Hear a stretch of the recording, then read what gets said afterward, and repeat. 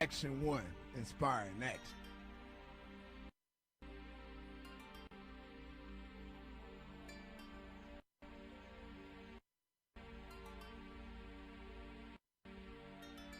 Look up because you never know what you will see. Hi, my name is Shen, and I'm the host of SG2 on Space, the only weekly space show here in Houston, with Action 1 Media Group support every Thursday night. So, my goal here is to educate the public in terms of space science, space flight, physics, astronomy, etc. You know, all that cool jazz, and occasionally about aliens as well. So STEAM education, science, technology, engineering, arts, since that's part of the creative aspect, and mathematics is very important to me. And I feel like Action 1 Media's goal is aligned with mine. So together, we hope to encourage the knowledge and especially the passion and interest in outer space in our Houston community. Tune in to SG2 on Space on Thursdays at 8 p.m. U.S. Central Time. Look up because you never know what you will see.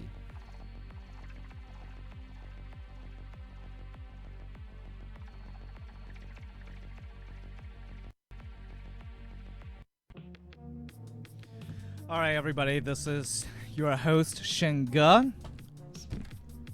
Episode number 42, SG2 on Space. So hopefully you're watching us on YouTube. Look up SG2 on Space. Or at weareA1.com. And please follow me at facebook.com/The Shen Show. That's THESHEN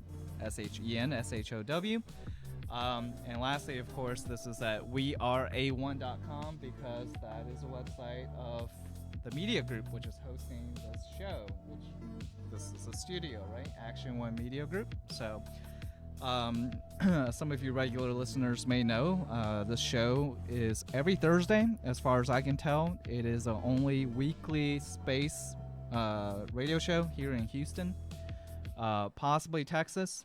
So any case, with that aside, let me just say what are our main theme here today. Themes, I should say.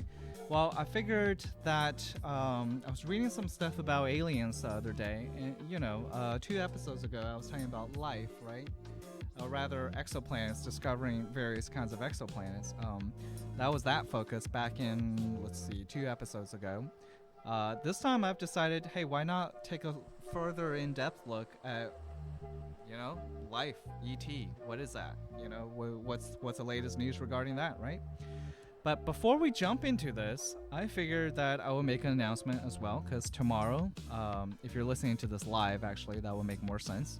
But in any case, on August 16th, that's Friday, and for those of you listening live, that would be tomorrow night, August the 16th at 6 p.m. is an event I am organizing / hosting called Space, Poetry, and Wine. All right, so if you're in Houston, or if you're willing to drive / fly or land in your spaceship or teleport, okay, here at Kaboom Books, it's a local bookstore here in Houston. That'd be great. And so that will start approximately around 6 p.m. I imagine some people would take a little time to get there due to the crazy Houston traffic, so it may start at 6:15 or 6:20. Okay, the place could fit about 50 people, so just find a seat if you're coming. And I'll read some of the poetry I wrote, which are not all space related, but a good chunk of them are. And when I define space, I also mean the inside as well, because inside as well as outside. And I explain what I mean by that at the actual event. So, in any case, another attraction might be the fact that wine and possibly other drinks and some snacks will be provided. Of course, if by the time you arrive it's all gone, then too bad. But I'll provide some of it. And yeah, there's the new book is out called Requiem, The Space Between Words, and there's going to be, book signings as well after the reading. So, stick around for a while and feel free to talk to me. So that'd be good.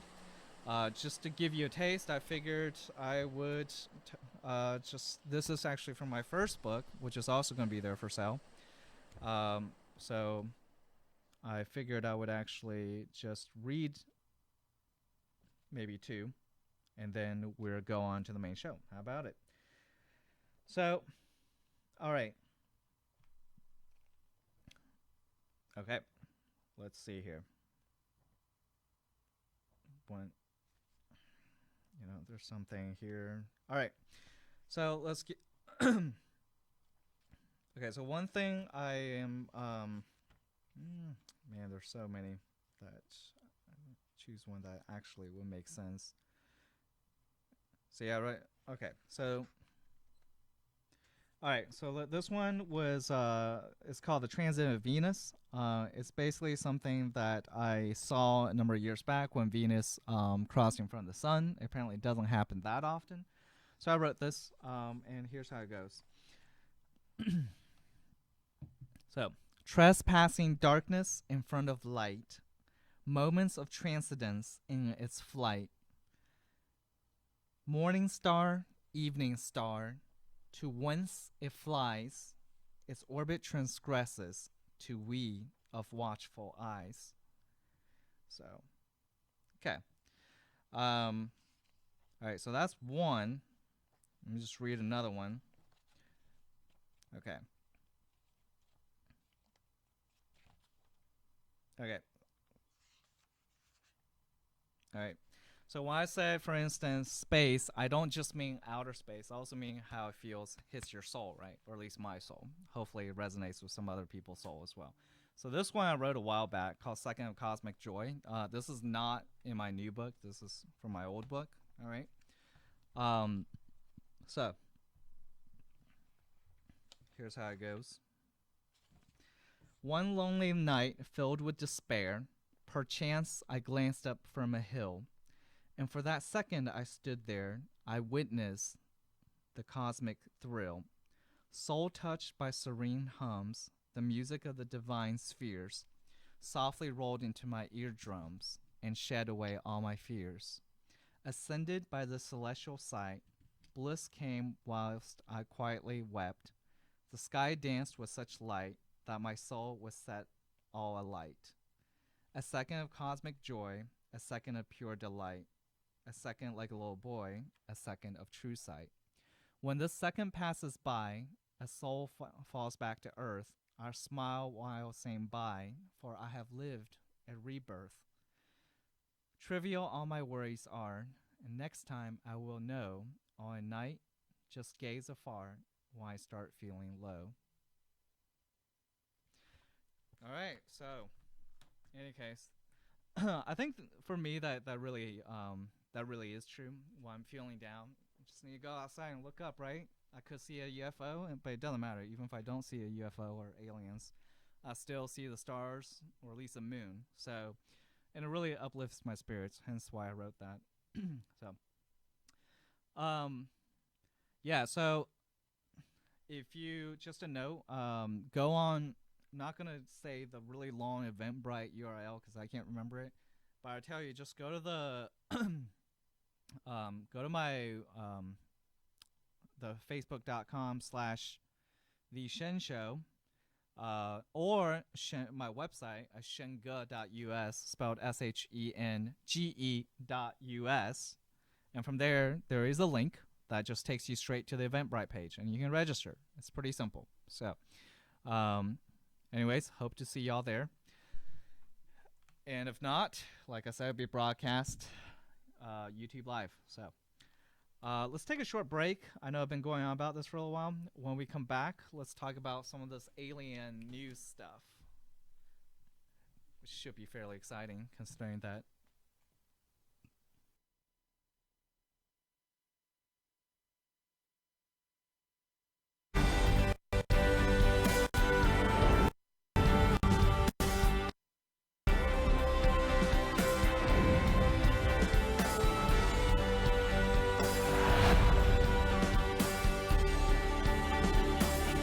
some of the other things you got going on. Absolutely. So thank you for having me. I feel like I'm in the presence of like celebrities.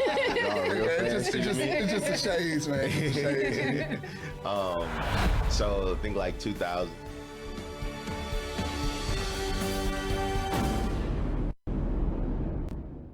Put your money where your community is. Get in the action. Action 1. Independent thinkers working together. Inspiring action in media. Get in the action. Inspire today. Join us by being a sponsor at weareA1.com.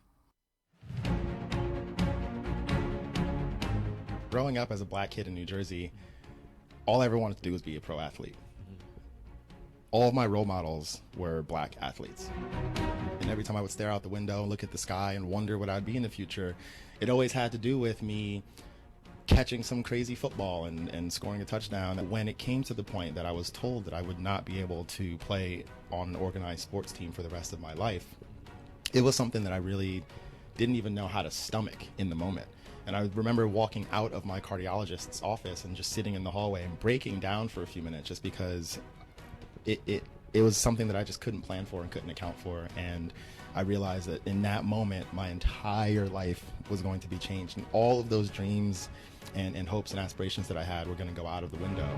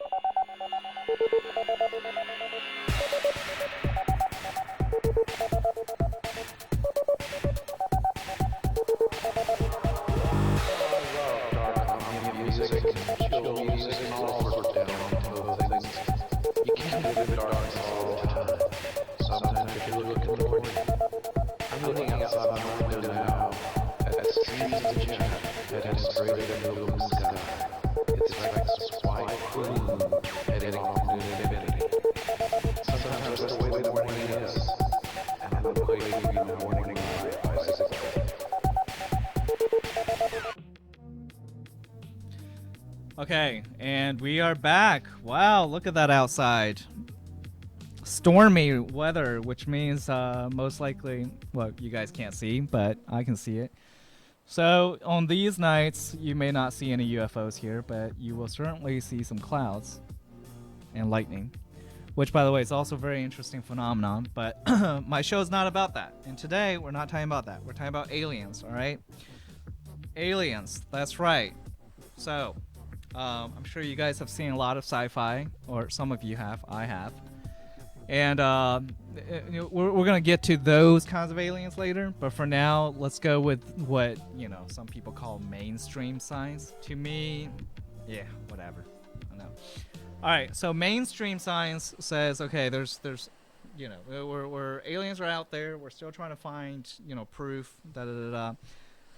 so one thing that's helped a lot are citizen scientists, right? And this is just a recap, actually. There was a recent TESS science conference at MIT, Massachusetts Institute of Technology, on July 30th, all right? So TESS stands for Transiting Exoplanet Survey Satellite, TESS, T-E-S-S, NASA's TESS, right? And that is one of the satellites, one of the spacecrafts after Kepler, which would help us, which would help NASA, and apparently anybody, discover more exoplanets. Exoplanets means planets around other stars, right? Hence, exo. All right. So when it comes to finding exoplanets, though, it turns out more computing power may not be the answer. Computers can only do so much, so sometimes your eyes, human eyes, are still better, especially if the computer is ignoring certain data sets.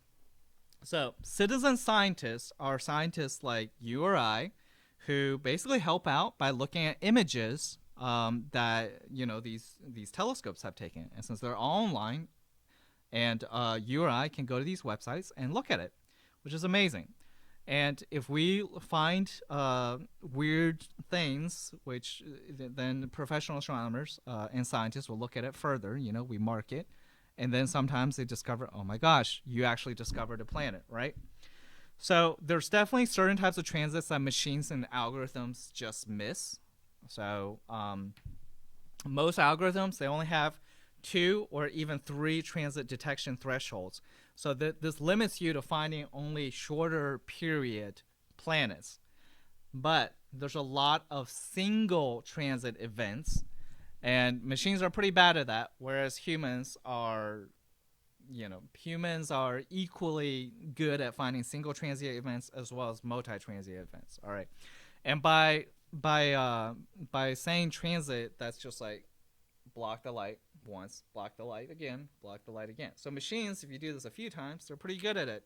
Humans, they're not very good if you just do it once, apparently. So humans, on the other hand, doesn't matter. All right. So you planet hunters out there, if you're interested, you don't need any knowledge of space science, astronomy. You could be a 3rd grader. Okay, I'm not saying there's any. Okay. In other words, you don't have to be trained. All right. All you have to do is there's a little training program that basically says, okay, this is what you're looking for. These are the features you want to mark. Look at these images, right? So to make a classification, 8 to 15 volunteers must check a light curve for the presence of a transit, right? So then for the light curves identified by volunteers as possible transit events, the Planet Hunters test team, which is the actual science team for tests, right, makes a ranked list going from most likely, like exoplanet, to least likely exoplanet. Then the team uses machine learning to create a significance for each transit-like event. Then from that list, the Planet Hunters test science team looks at the top 500 for further verification. All right. So in the first year of operations, since tests went up last year, there were over 12,000 registered volunteers and it made over 9 million classifications. That's pretty amazing. All right. So, there was some skepticism, but as noted, they did find some stuff which the computer algorithms missed. So if you're interested, definitely just look up TESS, TESS, NASA, and then you can possibly register, and you could help NASA scientists possibly uncover exoplanets that their computer algorithms couldn't find. So that'd be great. That's one thing you could do. Right. Another thing you could do is go actually hunt for aliens. Just kidding. All right. I'll talk about that later. All right. So speaking of exoplanets, just because you discover an exoplanet doesn't mean that it has life, right? Well, a recent new research has come out that life actually may be fairly common in the Milky Way, at least in our galaxy. We're in the Milky Way galaxy, right? So why is that? Well, it turns out that our sun, for instance, our sun's motion through space has brought it really close to some of the other stars, relatively speaking, close, in the past 4.6 billion years, right? So, and that's how, I guess that's how, 4.6 billion years. Okay, yeah. So what happened then is that, we have comets, right? Comets, these icy bodies with these long tails, right? When you get close to another star system and see these comets typically are really far out, they're much further away from the sun than, say, we are, or even, say, Pluto, okay? They're all the way out there. They can be more easily influenced by another star system's gravity, okay? So depending on how it works, the comets, say, from our star system, some of them could be sent towards that other star system, and then vice versa. And then they have comets that come into our star system. So yes, so we're swapping comets, okay? So so there's a possibility, according to Robert Zubrin, the president of Colorado-based company Pioneer Astronautics, that there is this cosmic comet swapping, okay, quote unquote comet swapping, that is not a scientific term, is responsible for many of Earth's past mass extinctions. All right. But he also thinks, and I'm going to quote him, it's a mechanism where life could have been delivered to us and whereby we have probably delivered life to other places over the past 3.5 billion years. And if you simply extrapolate off of that and say everybody's doing this, you've got the galaxy as a supercritical reactor saturating itself with light. All right, so how did he come up with this conclusion? All right, math time. Okay, some of you may really dislike math, but whatever. This is simple stuff. I'll go into it. All right, so straightforward calculation, taking into account average stellar velocity in the sun's neighborhood, which is about the sun's neighborhood, the star density, by the way, is 0.003 stars per cubic light year, which sounds very small, but hey, whatever. The sun's velocity relative to the star field is about 36,000 kilometers per hour, or 22,370 miles per hour, all right? The makeup of the Milky Way stellar galaxy, about 75% are like... Okay, small, dim, red dwarfs. So you take all of that, okay? So you have stellar velocity. You have the density, stellar density, all right? How many stellar number density, I guess. And you also have the distribution of the type of stars, all right? So when you do that, and then you assume that other stars have huge comet repositories as well. So give you a quick recap. Our sun has what's known as an Oort cloud, OORT cloud. So beyond the planets, beyond Pluto, which is no longer a planet, beyond the Kuiper belt is what's known as an Oort cloud, and that is humongous. Its outer edge is estimated to be between 30,000 to 100,000 astronomical units from the sun. So 1 AU is the distance from the Earth to the sun, right? So imagine it's like this. Imagine now do 30,000 times that, or actually 100,000 times that. That's where the comets are, all right? That's how far I can go out.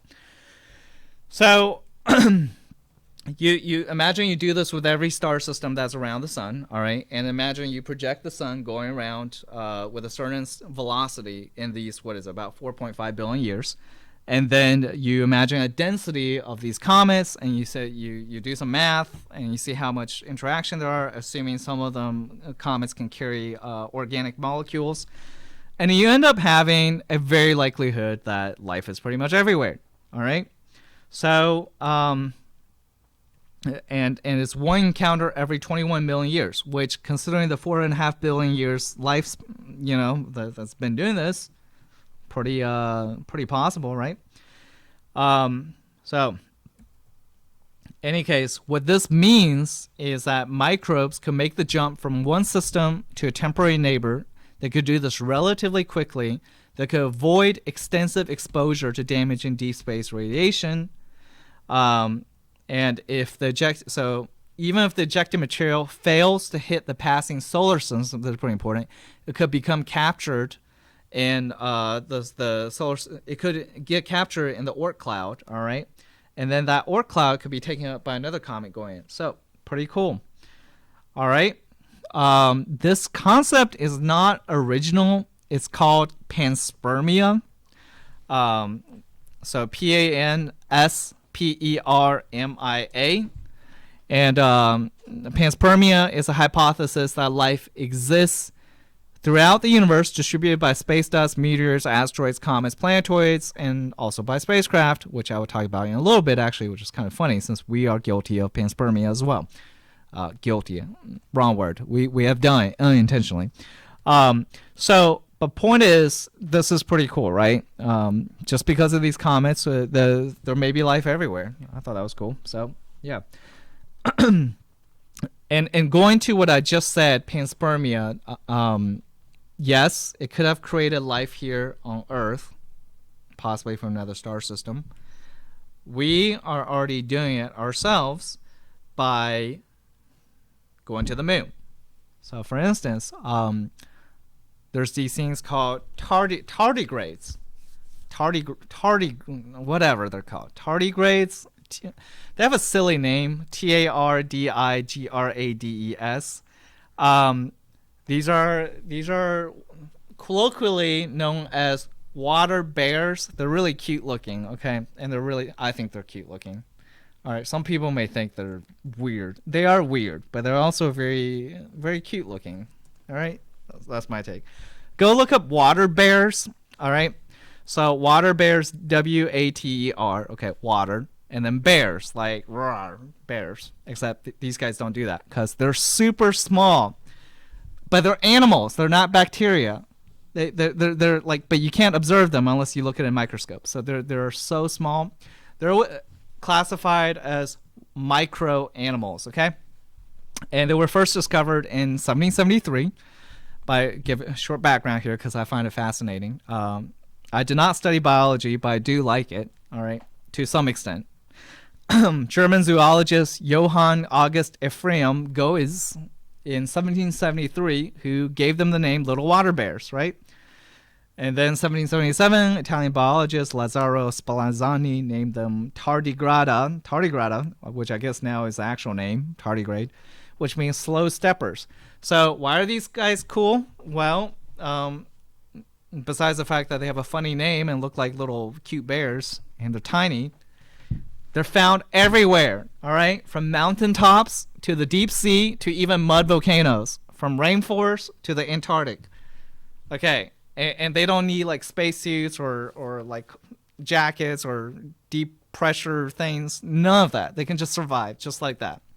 So they're one of the most resilient animals known. And they can survive extreme temperatures, obviously, extreme pressures, like air deprivation. Yes, you can suffocate them. Well, they won't suffocate. That's the thing, right? Radiation, dehydration, starvation. All right? So in other words, a human could die 1,000 times and this guy would still be alive. All right? So they have survived exposure to outer space. It's apparently been shown that they have. And there's about 1,150 known species. And there's fossils dating from 530 million years ago, so clearly they've been around way longer than we've been around, all right? They're 0.5 millimeters long, all right? That's tiny. 0.02 inches. Cannot measure it, all right? Short and plump with 4 pairs of legs, each ending in claws or sucking discs. See? I told you, like little bears, right? Except not quite, but anyways. So yeah, you can read up on all this very interesting stuff. I mean, you might be thinking, okay, yes, there are males and there are females, so they are animals, okay? So mating is external, and they like make eggs and they hatch and so on and so forth, and okay? So they're animals. All right. But point is, okay, why do I say they're on the moon now? Yes, they're on the moon because remember, about a month ago, the Israelis wanted to land on the moon, right? Actually, more than a month ago, a couple of months ago, back in April. And we all know what happened. They crash landed on the moon, all right? So landing actively on the moon with retro rockets is really hard. Okay, so unfortunately, they did not land successfully. Now, we're pretty sure that, it's a robotic lander, it didn't transport astronauts. It did carry human DNA samples. And it also had these aforementioned tardigrades. Yes, it had these guys. And also, just for the heck of it, 30 million digitized pages of information. All right. So pretty sure that these tardigrades and the human DNA probably survived. Now, you might be thinking, okay, so human DNA, I guess that makes sense. They're going to send it to the moon. All right, why are they sending these little tardigrades? Okay, both of them are weird in my perspective, but all right. Okay, so let's talk about the tardigrades. All right, why did they send these to the moon? Well, besides the fact that they're cute, it's the fact that they can survive conditions that would be deadly, right? So the moon's temperature can go down to negative 200 degrees Celsius at night, right? Which is negative 328 degrees Fahrenheit. And it can go up to more than 149 degrees Celsius, which is about 300 degrees Fahrenheit. Obviously, the moon is also pretty much exposed to vacuum, so no air, and radiation, all right? So, yeah, so I guess the point was to see if they can survive. Although I don't know if there's any instrument to actually observe them, so it would just be up to a future astronaut to go there and look, I suppose. one cool thing about this thing is that one of their superpowers is the ability to dehydrate their bodies into a state known as a ton, T-U-N. So they retract their heads and legs, and you guys can watch videos of this, expel the water from their bodies, and shrivel up into a tiny ball. Just imagine a human doing that. Like we're like, what, 90% water? Just imagine spitting out all the water and shriveling up into a ball. I think that'd be funny. That probably wouldn't. But anyways, these guys can do that, right? And so they can survive in this dehydrated state, scientists have found, for like 10 or more years. So in the future, hopefully some astronaut goes over there, looks at the Israeli crash lander, hopefully check out the human DNA is still intact, and check out whether these tardigrades are intact, right? So that'd be cool. All right, so that was a really long explanation of the fact that pretty much it is very possible that panspermia could have happened, and who knows, our planet could have been, hit by some comet which has some of these guys, maybe not these water bears exactly, but maybe some other stuff, who knows. So that would have been pretty interesting, I think. So all right, speaking of stuff like this, apparently, I mentioned how the tardigrades have to shrivel up and expel the water and all that. Okay, so one of the things is that, yes, pretty much every life form that we've seen requires water, all right? You could have nothing else, but you need water, all right?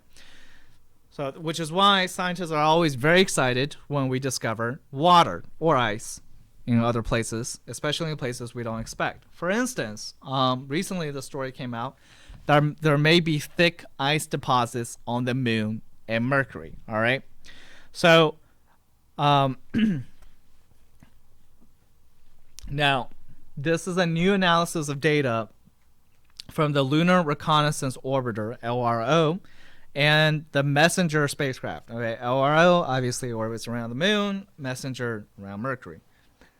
So now we have known for a while that they do have water, but now this new data suggests they may have way more water than we have previously thought. So this finding is in the journal Nature Geoscience, led by, I'm not going to say this right, I will try, Lior Rabaneko and David A. Page. Oh, that wasn't too bad. Graduate student and professor of planetary science from the Department of Earth, Planetary, and Space Sciences at UCLA, University of California at Los Angeles. All right, with assistance provided by, oh my gosh, these names. Why do graduate students have these names? Jahanavi Venkatrama. There you go. All right. He's a statistician. All right, so it makes sense. You analyze data, you probably need somebody who's good at statistics, right? So you might think Mercury and the moon, come on, Mercury is a planet, moons are moon, like, no, they actually have a lot in common. So both of them are rocky in nature, both of them are small, both of them are composed of silicate minerals and metals that are differentiated, which means they're split apart, between a metallic core and a silicate mantle and crust, all right? In addition, they're both oriented in such a way that the sun never rises high above the horizon, leaving them pretty much permanently shaded. Did you know that? That's pretty cool, right? So totally different orbits, but in both cases, they're oriented in a way that the sun never rises high above the horizon. Okay, so, and they both have a lot of craters and pretty much no atmosphere, although the moon technically has a very thin atmosphere, but it doesn't do anything. All right, so observations have revealed glacier-like ice deposits on Mercury and now the moon, right? So for instance, let's talk about Mercury. All right, so Nancy Chabot, she's an instrument scientist for Messenger's Mercury Dual Imaging System from Johns Hopkins Applied Physics Laboratory. Okay, so she explained, we showed Mercury's polar deposits to be dominantly composed of water ice and extensively distributed in both Mercury's north and south polar regions. Mercury's ice deposits appear to be much less patchy than those of the moon and relatively fresh, perhaps emplaced or refreshed within the last tens of millions of years. All right, so which I always found interesting since Mercury's so close to the sun. It boggles my mind. It's amazing to think that there's ice there. That's just kind of cool. All right, and so the moon for a while was thought, okay, it doesn't have that much ice, but now there could be. All right, so conclusions were reached by looking at the elevation data obtained by Mercury and LRO of about 15,000 craters, like similar craters on Mercury compared with the ones on the moon. All right. So, and then the UCLA scientists, they use the symmetry to estimate the thickness of ice trapped in them, hence why statistics is important, right? So what they found was that of the craters examined, a significant number of them were up to 10% shallower when situated near the North Pole on Mercury and the South Pole of the Moon, but not near the Moon's North Pole. So the most probable explanation of this difference in depth is accumulation of thick ice deposits on both worlds. All right? So that is pretty cool, right? I thought so. Okay. And this is really good news since there's a lot of international interest in going to the moon's South Pole Aitken Basin, which is basically, imagine this is the moon. South Pole Aitken Basin is this gigantic crater. In fact, it's the largest impact crater in our solar system, or the South Pole of the moon. And we already know it has water ice. This this theoretical analysis shows that possibly there's even more ice, water ice, of the South Pole Aitken Basin than we previously expected. So, if confirmed, then great. It's an even better spot to put the first humans back on the moon and stay there, right? So, why? For life support, for fuel deposits, all sorts of things, right? Water for life, water for fuel. Okay, water for anything else. Growing plants, whatever else. Okay. So great news. All right, guys. You know where to go now. Go to one of those craters. So, all right. So what else is new here? We talked a lot about stuff going on in our solar system, except for, the comets, panspermia, all that.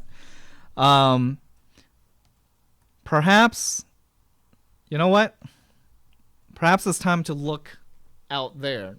So recently I was reading this article and it had a really interesting title about how there's these glowing aliens and can turn UV radiation into this beautiful radiance. Okay, maybe somebody's trying to be poetic. Honestly, I feel like writing a poem after reading an article like that, Come on, you turn UV radiation, which most people are like, oh my gosh, I'm going to give you skin cancer. And some aliens turn that into, I don't know, sparkly, radiant stuff, right?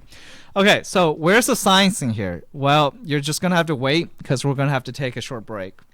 All right? And when we come back, I'll tell you what the science is. All right? So, okay, take a short break. This is episode 42. And you still here? Go on and subscribe.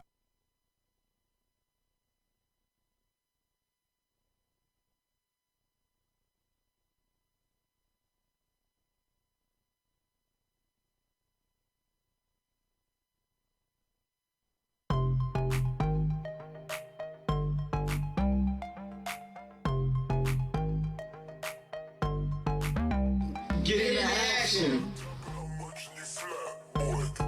Yo, we back at it Man, again. you still here? Go on and subscribe. What?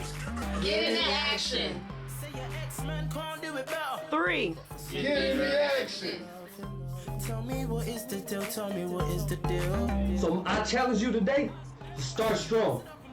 Get in the action. Tell me what is the deal. Cause I'm calling for you. Get in the action. Can you feel that?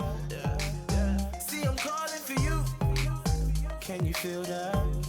Yeah. See, I'm calling for you. Can you feel that? Yeah. See, I'm calling for you.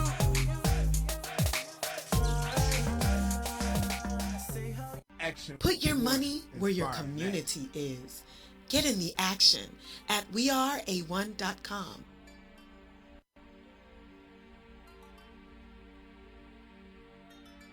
Look up, because you never know what you will see. Hi, my name is Shen, and I'm the host of SG2 on Space, the only weekly space show here in Houston, with Action One Media Group support every Thursday night. So, my goal here is to educate the public in terms of space science, space flight, physics, astronomy, etc. You know, all that cool jazz, and occasionally about aliens as well. So STEAM education, science, technology, engineering, arts, since that's part of the creative aspect, and mathematics is very important to me. And I feel like Action One Media's goal is aligned with mine. So together, we hope to encourage the knowledge, and especially the passion and interest in outer space in our Houston community. Tune in to SG2 on Space on Thursdays at 8 p.m. U.S. Central Time.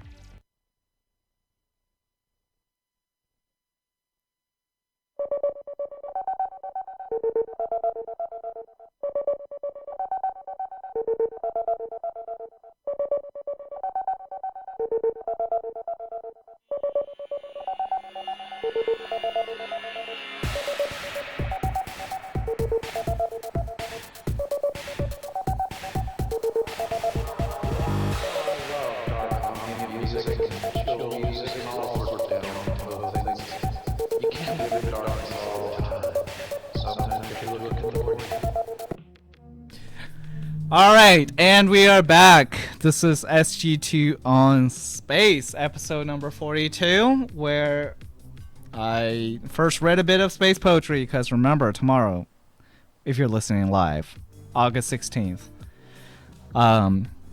6 p.m. at Kaboom Books is where I read some stuff on space poetry and give you wine. And if you're not there in person, you'd be missing out, but you can watch it online, right? Other than that, I was talking about aliens pretty much the whole time. So far it's been fairly, stuff that's going on inside our solar system, blah, blah, blah. Talk about how citizen scientists could discover exoplanets and how the universe may be teeming, not the universe, the Milky Way could be teeming with life due to something known as panspermia, where comets just carry biological organisms back and forth between different solar systems, right? Since that's just what happens. And then how possibly we're contributing to panspermia as well by sending some DNA molecules and these little water bear tardigrades up to the moon, so they're probably hanging out there already. And also the fact that there's more water and ice on the Mercury and the moon, which is helpful if whenever we really intentionally decide to settle on the moon, carrying life to another planet, like to stay. In this case, humans, right?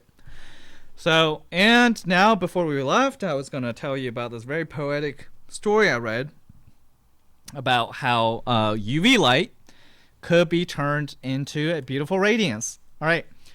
So, life on other alien planets, some of those light may produce a protective glow to buffer flares of nearby stars. All right. So, as even our sun, which we are all thankful for giving us light and energy so that this Earth doesn't freeze into a clump of ice and we're all dead. We're all thankful for that, but did you know that the sun's constantly pumping out radiation that could kill you? We have Earth's atmosphere to save us, right? Okay. So, some stars are worse than others. They could flare out quite frequently, ultraviolet radiation flares. All right. So some life forms, though, could develop a way to mitigate that, a protective glow known as biofluorescence. So on Earth, and I'm quoting Lisa Kaltenegger, an associate professor of astronomy, and director of the Carl Sagan Institute at Cornell University, she basically said this. On Earth, there are some undersea coral that use biofluorescence to render the sun's harmful ultraviolet radiation into harmless, visible wavelengths, creating a beautiful radiance. Maybe such life forms can exist on other worlds too, leaving us a telltale sign to spot them. And guess what? We can actually detect it. We could use emission So we know the emission characteristics of common coral fluorescent pigments on Earth, right? So we can look at, we can examine the light that these coral these coral reefs emanate. So we can use that. We know that spectra, and then we can compare it with the spectra that we observe for planets orbiting around, say, for instance, red dwarf stars. All right. So why do we look at specifically red dwarf stars? Because even though they're really dim, all right, they're much smaller than the sun, they pack a punch with frequent emissions of ultraviolet flares. All right. So through this process of these biofluorescence, these ultraviolet rays can be absorbed and converted into wavelengths that are longer, so less energetic, and safer, which could help life survive on these exoplanets, right, that orbit close to red dwarfs. So, which would be amazing. Can you imagine suddenly like this red dwarf star decides to go bonkos because it keeps doing that? Okay, don't ask me why it keeps doing ultraviolet flares. Probably something to do with the stellar nuclear stuff going on. All right, I need to read up on that. But let's just say it sends out UV rays, right? It does that, a huge blast of UV rays. And then it hits this planet. Well, guess what? This planet has these life forms, so it creates a biofluorescent shield, so the whole planet starts glowing, which would be so cool. I think that would be amazing to watch.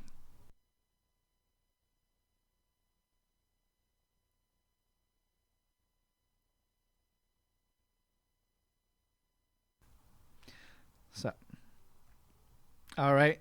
So, I think that's pretty darn cool, right? Just imagine the whole thing starts glowing. The whole planet starts glowing. All right. Now, we can definitely detect this either by Earth or space-based telescopes. We can detect if a whole planet is glowing. So, I think that's pretty cool. So I'm waiting for that to happen.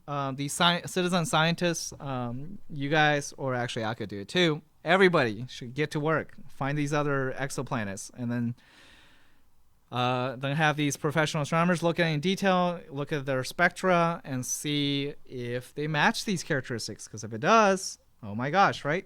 So, all right. I think there's enough about this kind of stuff. Let's talk more about like aliens actually here on Earth, right? I mean, because we all know they're here. Yeah, you guys know this, right? And in fact, I mean, even presidential candidates though say so. Like a few years ago, 2016, Hillary Clinton, right? People asked her. Okay, she didn't win, obviously, but people asked her, "Hey, what about these aliens?" And she said, "Yeah, okay, I want to find out. I will reveal to the public, reveal more." Now, in this presidential election here that's coming up in 2020, Bernie Sanders, he was recently, inquired on what he would do about aliens. Well, in fact, I think he even volunteered that information. And he said he would release any information about aliens if he's elected in 2020.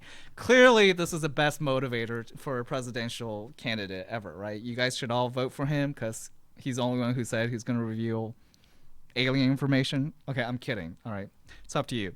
But point is, I thought that was really interesting, right? So he's willing to disclose any government information about unidentified flying objects as well as aliens. And primarily, apparently, because his wife, Jane, asked him to. I don't know how he feels, but anyways. So it may sound like a rehash of conversations from Project Blue Book, which was a famous set of Air Force studies back in the 1950s and 60s concerning UFOs that unfortunately was supposedly shut down in mid-1970 due to lack of evidence. But of course, we've known that the Pentagon has done some other studies, so no doubt there's some other stuff going on. So yeah, I mean, frankly, there's, there's clearly a lot of public interest in this stuff. I mean, just look at how much interest the Storm Area 51 folks got, which, by the way, I have to add that Alas, they are not storming into Area 51, so they're just going to hold a giant, like, Woodstock-like party out there in the desert, which, to me, is okay, but at least nobody will get hurt, I suppose. Alright, enough of all this jabber about all this stuff. Yeah, sure, people can speculate, people can look at other planets, look at moons, but really, the aliens are already here, guys. Come on. Alright? Before I talk about that, let me just give a wonderful shout out to all these people who are probably not who are listening, including Evan Weinberger, who apparently listens to this all the time, which is great. All right, thanks, Evan. And know a few other ones are listening as well, and I will thank them later. So, with that, let's jump onto these types of aliens, right? So, depending on what website you look at, you might see, okay, there's 3 types of aliens, there's 6, there's 10. Okay, I'm going to go with the 10 types of aliens one, all right? So, there's this common, some people call it conspiracy theory. For me, I think it's just a theory. I mean, it's the ancient astronaut theory. The ancient alien theory, which basically says, you guys maybe seen the movie Prometheus, you know, aliens came and like basically created humans, right? Well, this one's not quite like that. It's basically aliens came and then they interact with the humans. So maybe the angels and whatever others in these religious scriptures, gods, they're actually aliens, really advanced aliens, all right? So, and they're still here. Some of them are still here, all right? So, the best known case of, are the ancient aliens, all right? Are the Anunnaki. So Anunnaki is a name given to a race of extraterrestrials by the Sumerians. Remember the Sumerian civilization about 5,000 years ago, right? So these beings arrived from a planet called Nibiru, which allegedly approaches our solar system every 3,600 years. And Anunnaki means those from heaven who came down to Earth. So this guy, Zechariah Sitchin, who wrote a bunch of books on, he taught himself Sumerian, translated these tablets, and said there's proof that these Sumerian gods and goddesses and these legends they have are actually aliens. All right? Well, pretty much. You can interpret it as that. So apparently this Anunnaki mixed their own genetic materials with the early humans, creating a race of slaves. All right? And these genetic materials, these genetic experiments were believed to have occurred around 200,000 years ago, and so on and so forth. All right, and you can look at all the information. If you're interested, yeah, just go look up Anunnaki, Anunnaki, all right? And you will, you know. For lack of time, I will go on. Okay, another one you guys may have heard of is the Greys, and those are the stereotypical giant head, gray-shaped, little dwarf-like guys, right? So, large head, bulbous giant eyes, no hair, small bodies. Okay. So, according to ufologists, they come from the constellation Orion and the star system Zeta Reticuli. All right. So, apparently, some ufologists say the reason they look all alike is because they're all clones of each other. The actual population is pretty small. So, the Greys are the ones, supposedly, I forget the word supposedly. The Greys are the ones said to be responsible for the majority of abductions on our planet. They are sometimes believed to serve another race called the Reptilians. According to some people, we had a secret agreement, treaty, in the 1950s between our government and these aliens. So we said, okay, man, this sucks. You know, maybe this is what governments do. Basically, our government said, all right, keep experimenting on these people, random civilians. All right, keep abducting them. Go ahead. We're not going to stop you. Just give us some of your technology so we can work with it. And that's what happened. So our government wanted alien technology and allowed the aliens to abduct random humans. All right, and perform experimentations or whatever. Sounds absurd, but maybe not that absurd, right? Okay. Then, like I was saying, there's these reptilians, right? So these reptilians are, some people say these reptilians can pretend to be us.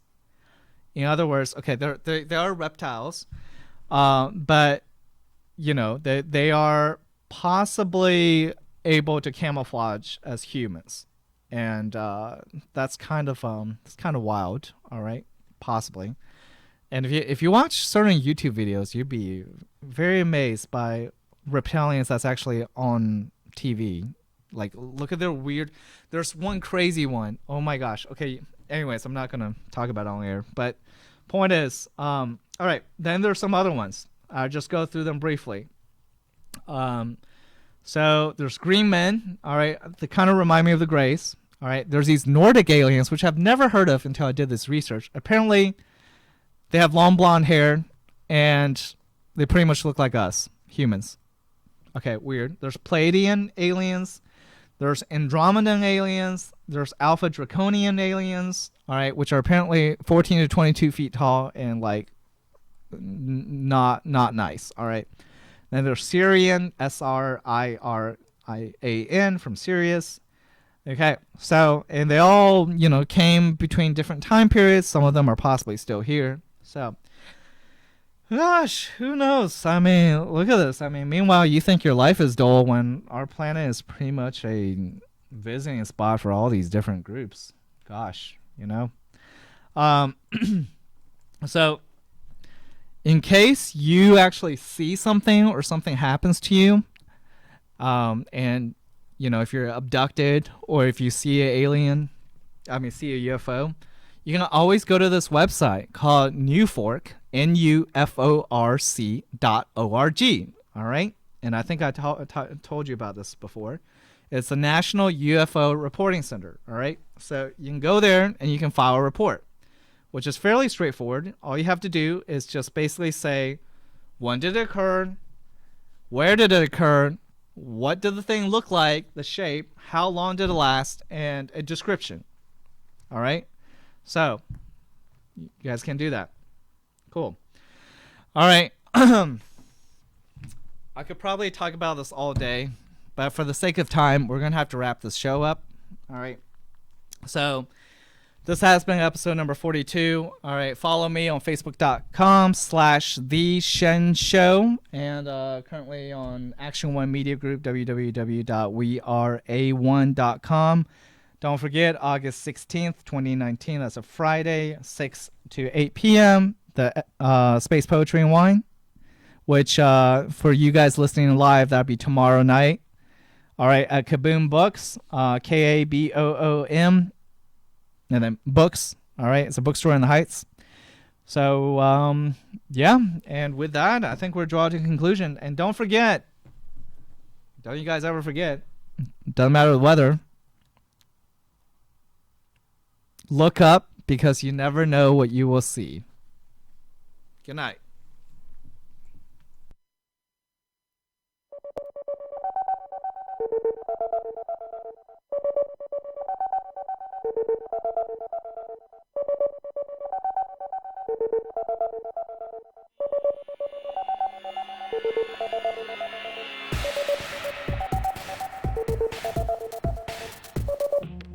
Peace, brother Atum Ra, and you tuned in to Action One Network.